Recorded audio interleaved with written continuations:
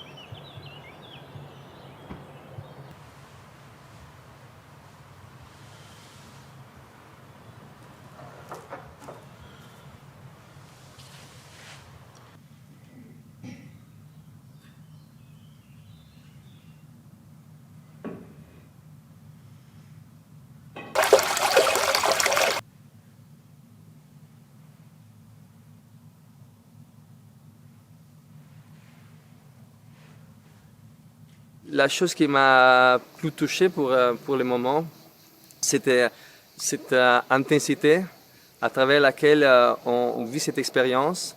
Tout touche à cette compréhension que l'intensité, c'est pas dans les faire, mais dans l'être. Et je me suis même demandé si c'était possible et de vivre. Pour moi, c'était plus fort, c'était très fort, mais à certains moments. Cette, oui, cette compréhension, cette intensité.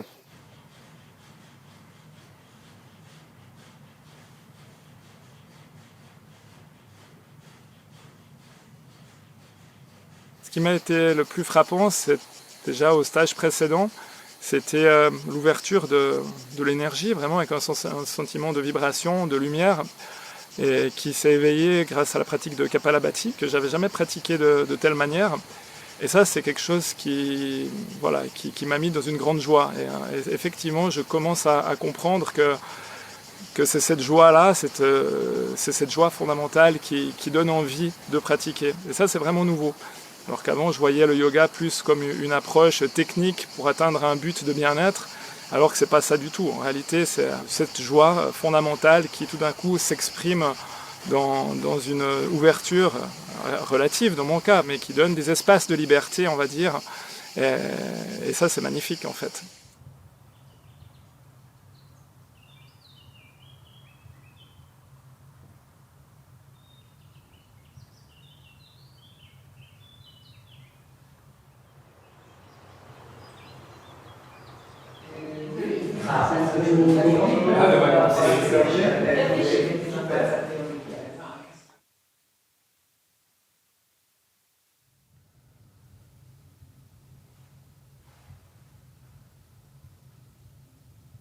Au moment où je m'assois sur le tapis, ça s'impose. C'est comme un fil qui va me tirer. C'est pas moi qui décide. Une posture arrive, un petit mouvement va se présenter pour amener à une autre posture, etc., etc. Le droit se déploie en direction dans une diagonale, comme une aile qui s'ouvre, on reste. Ce qui m'intéresse et ce qui change de la pratique à laquelle je suis habituée, c'est la fluidité qu'elle réussit à faire passer, enfin que moi je vis comme telle, dans ces pratiques. Les pratiques sont pas hachées, on passe d'une chose à une autre tout en douceur, sans installer de tension, sans précipitation, et ça me plaît beaucoup.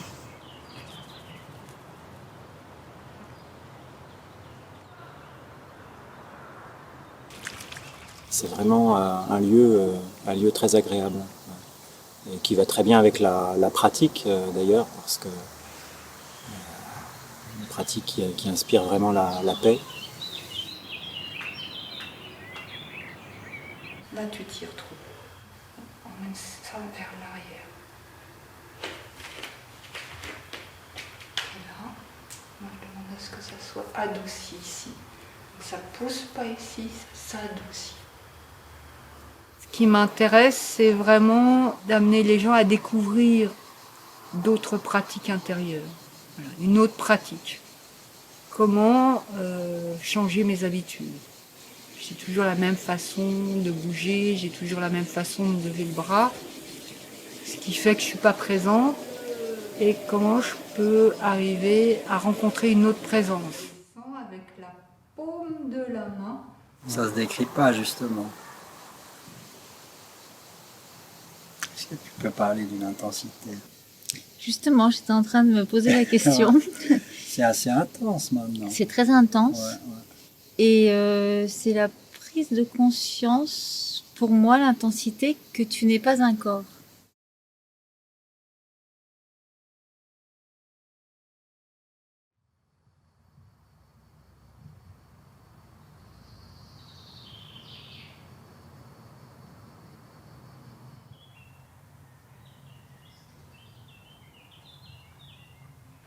Développer cette écoute, ce silence qui est là.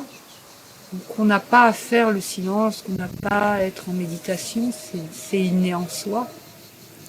Et c'est de retrouver cet instant, cette spontanéité. Sentir le dessus des pieds qui se dépose dans les plantes de pied, qui elles-mêmes se déposent dans le sous-sol. Très beau son, très beau filtrage à la gorge, pas de son qui l'emporte sur le souffle. Pas de souffle qui l'emporte sur le son. Et délicatement, à la fin de l'expiration, le buste va aller explorer l'espace vers l'avant. C'est une exploration, c'est la première fois. On ne connaît pas ce chemin. Je viens pour la joie de la pratique. Voilà. Dans ses livres, souvent, il parle de la joie de la pratique. Et c'est quelque chose que je sens dans cette pratique.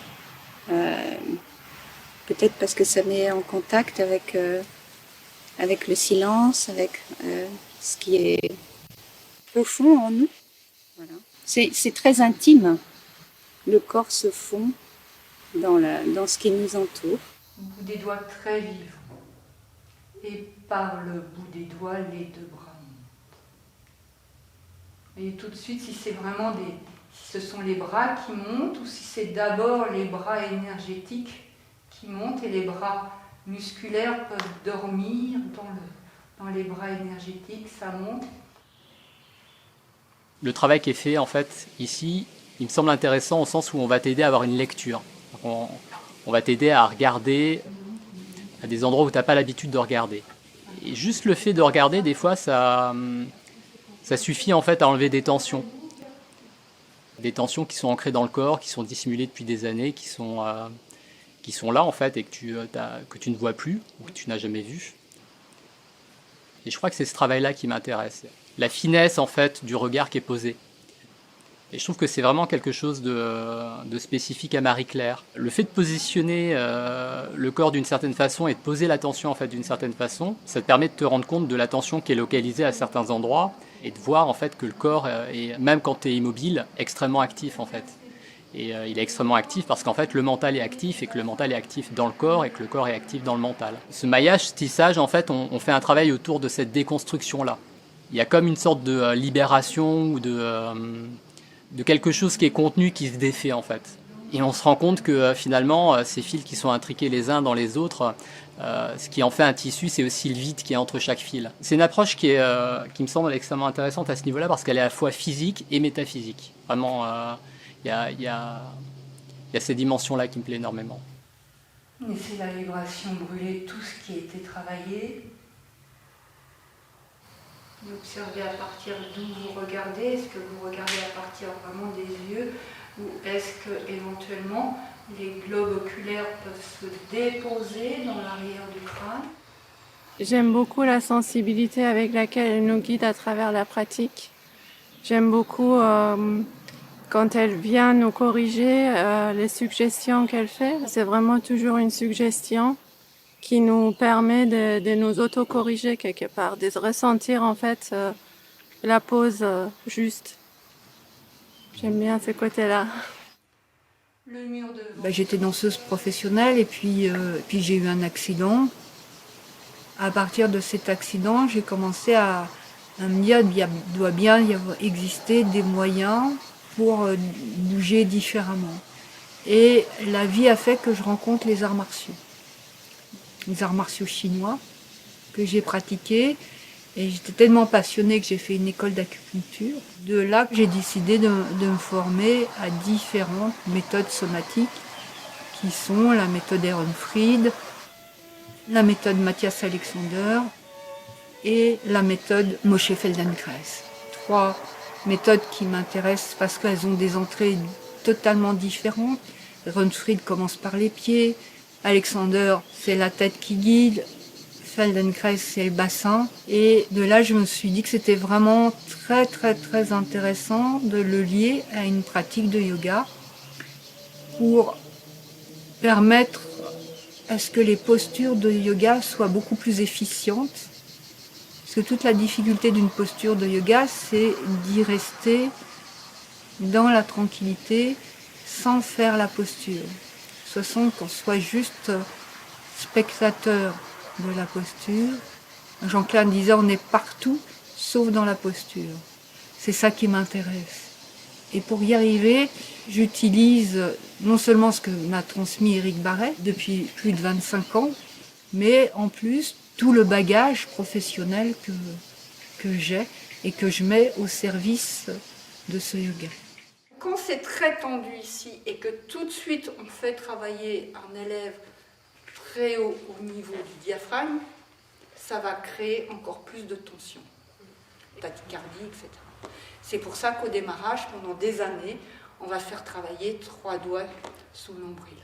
Et s'il y a des élèves qui savent pratiquer depuis longtemps, ne démarrent pas le mouvement d'ici, mais Kapalabhati et Bhastrika démarrent ici. J'ai posé une question hier. La question c'était que j'ai la tendance à être un peu comme ça, non? Un peu curvée avec la colonne. Et alors je corrige, fais ça tout le temps. Mais je sens que c'est pas... Il y a des tensions aussi quand je corrige. Et alors Marie-Claire, elle m'a indiqué vraiment de chercher une ligne verticale. Et ça c'est très intéressant de travailler parce que je ne l'ai jamais vu comme ça. Non? Pour enlever cette rondeur-là, qu'est-ce que tu as fait? Tu as tiré et tu as fait une rondeur devant. Tu reproduis la même chose que tu étais en arrière, mais tu me le fais en avant. Ah, d'accord. Voilà, laisse-moi faire. Je vais t'emmener là où tu ne vas pas d'habitude.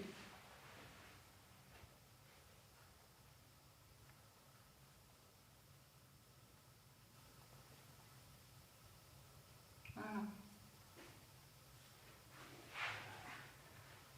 C'est pas une verticalité qui est à l'extérieur.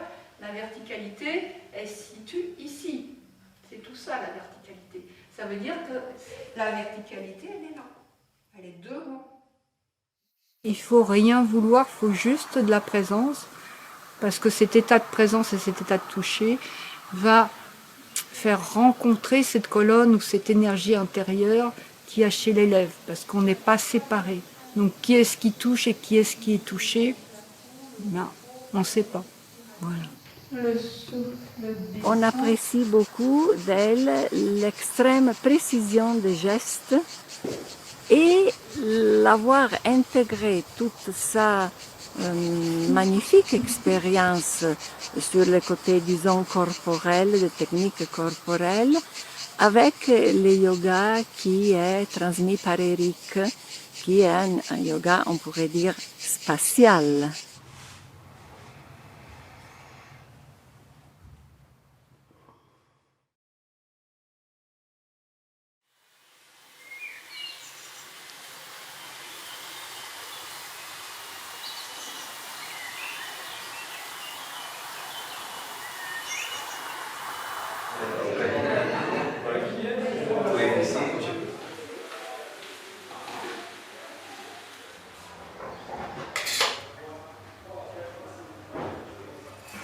Emmanuel, il veut?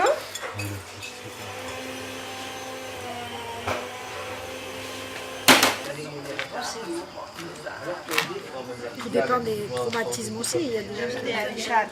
Voilà. Ouais, Zendel, alors vraiment, ça c'est top.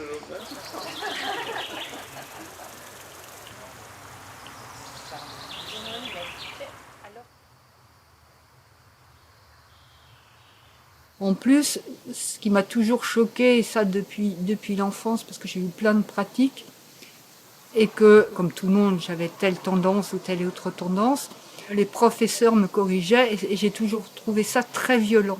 Je me suis dit, mais ça serait bien d'essayer de trouver une méthode où on peut poser les mains et qu'on emmène l'élève ailleurs, dans ce qu'il ne connaît pas, mais pas dans la violence de ça c'est bien et ça c'est pas bien. Quand j'arrive et je vais, entre guillemets, corriger un élève, c'est pas corriger, c'est lui donner une autre possibilité, une autre vision, une autre orientation. J'arrive avec ce mouvement-là intérieur. Souvent, les élèves se disent, tiens, c'est marrant, t'as rien fait, j'ai rien fait, et ça respire mieux, j'ai plus d'ampleur, la posture est plus facile, ça se corrige tout seul. Voilà.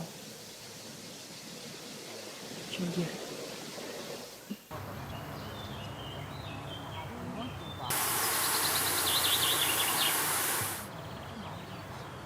Il y a une pratique corporelle, mais il y a aussi les entretiens qui vont permettre aussi de mettre l'accent sur l'émotion.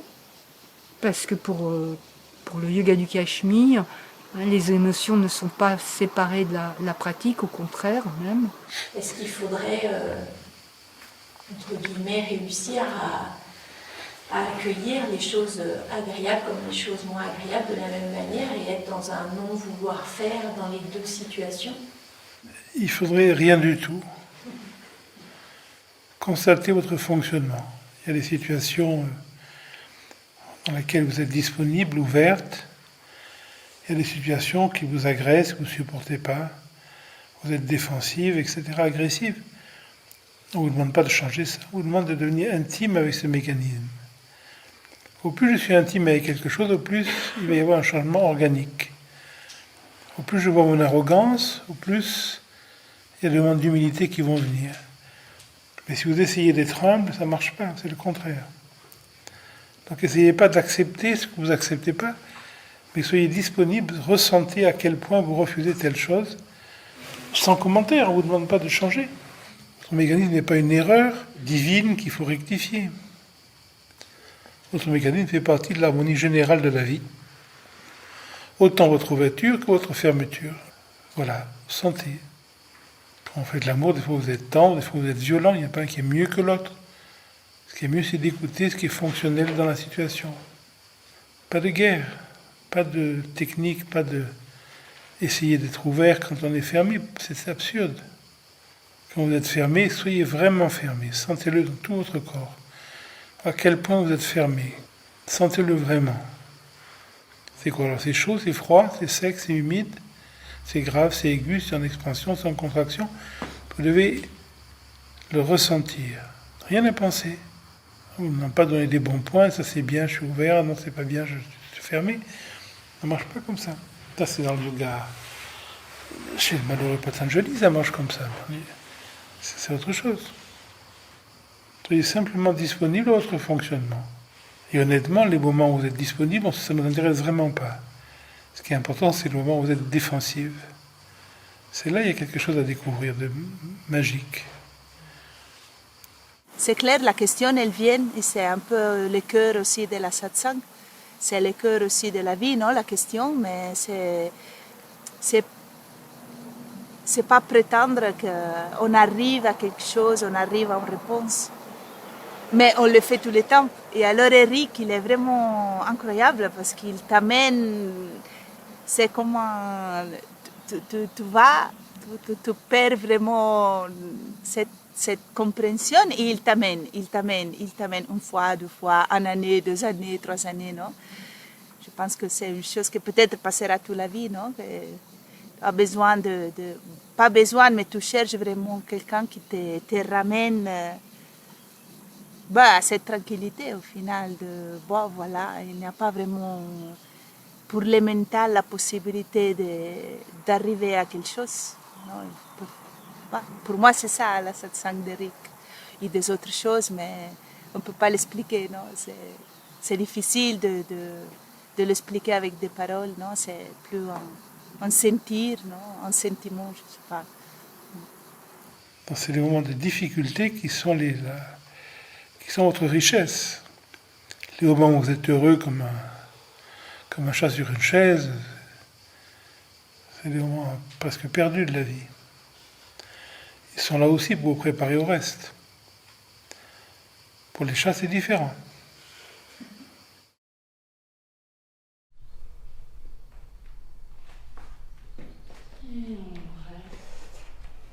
Je pratique le yoga depuis 36-37 ans et je l'enseigne depuis 32-33 ans. Et dans les dernières années, je ressentais que mon enseignement était comme un peu bloqué, disons. Cette pratique du yoga du Cachemire me donne l'occasion de ressentir beaucoup plus les choses dont j'entendais parler depuis 30 ans, mais je ne le trouvais plus dans la pratique. Je parle du détachement, l'absence d'ego, le vide. C'est pas rassurant, mais c'est ce dont on a besoin. Moi, oui. Au moins. Prochaine expiration, la tête dépose à nouveau dans la main droite. Attention, c'est peu de répétition, c'est toujours la première fois de découvrir la sensation du corps. Le corps se crée dans l'instant, se meurt dans l'instant. Tout le reste est dans la mémoire. La surprise aussi du stage, c'est que généralement, Eric fait une pratique de façon à permettre aux élèves qui ne connaissent pas Eric de le rencontrer dans une pratique corporelle. Et pour les élèves qui aiment bien travailler avec Eric, ils sont très contents de le retrouver au moins une matinée ou une après-midi. Si vous voulez que la fleur meure, il faut qu'elle souffre. Donc quand la rose souffre complètement, elle meurt, c'est sa nature. Quand une émotion meurt complètement, elle meurt, c'est sa nature.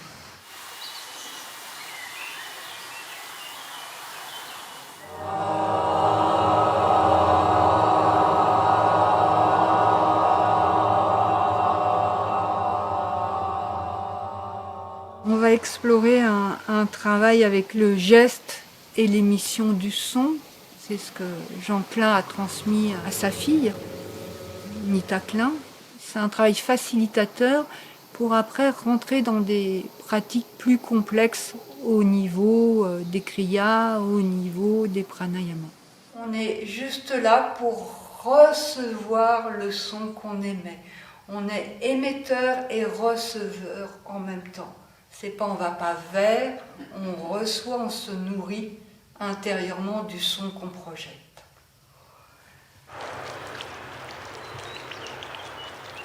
J'aime bien parce qu'on est très peu nombreux et qu'on reste sur place, immergé dans la pratique du yoga. Voilà. Il y a Marie-Claire et Eric qui sont là tous les deux. Voilà. En général, quand je repars, je me sens mieux que quand je suis arrivé.